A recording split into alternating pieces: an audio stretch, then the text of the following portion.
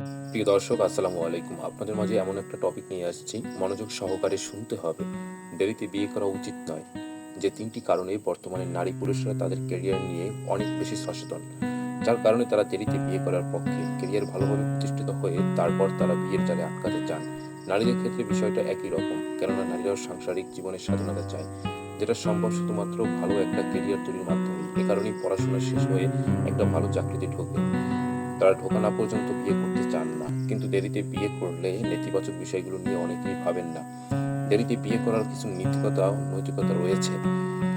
দৈহিক কারণ বলা হয়ে থাকে, ৩০-এর মাঝেই নারী পুরুষ উভয়ের বিয়ে করে ফেলা উচিত, তবে সেটা নারীদের ক্ষেত্রে আরও কিছুটা আগে হলে ভালো হয়। মানব দেহের অনেক জটিলতা রয়েছে, মানব যৌবন বেশি দিন স্থায়ী হয় না, এটা আমরা সবাই জানি। এই কারণে বিয়ে যদি দেরিতে করা হয় তাহলে নারী পুরুষ উভয়ই কিছু শারীরিক সমস্যা দেখা দিতে পারে, যেমন শারীরিক মিলন ঠিকভাবে না হওয়া, বাচ্চা না নেওয়া, বাচ্চা মিসক্যারেজ হওয়া ইত্যাদি। এছাড়াও ৩০ বছরের পরে নারীরা গর্ভধারণের ক্ষমতা হারিয়ে ফেলার সম্ভাবনা রয়েছে, বা বাচ্চা সুস্থ স্বাভাবিকভাবে হওয়ার সম্ভাবনা খুবই কম থাকে। স্বাভাবিকভাবে একজন নারীর ২৫-এর মাঝেই, একজন পুরুষের অবশ্যই ৩০-এর মাঝে বিয়ে করা উচিত।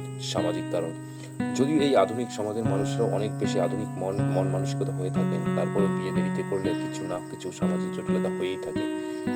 মেয়ের অনেক বয়স হয়ে যাচ্ছে, এটা যেমন সমাজের চোখে একটু দৃষ্টিকোণ, ঠিক তেমনি বয়স্ক মেয়ের জন্য উপযুক্ত পাত্র খুঁজে পেতেও বেশ জটিলতা তৈরি হয়। মেয়ে যদি মাস্টার্স পাশ করে ফেলে তাহলে তার জন্য ভালো এবং উপযুক্ত ছেলে পাওয়া বেশ কষ্ট হয়ে যায়, কেননা ছেলেরা বিয়ে করতে গেলে একটু কম বয়সী মেয়েদেরই খোঁজে।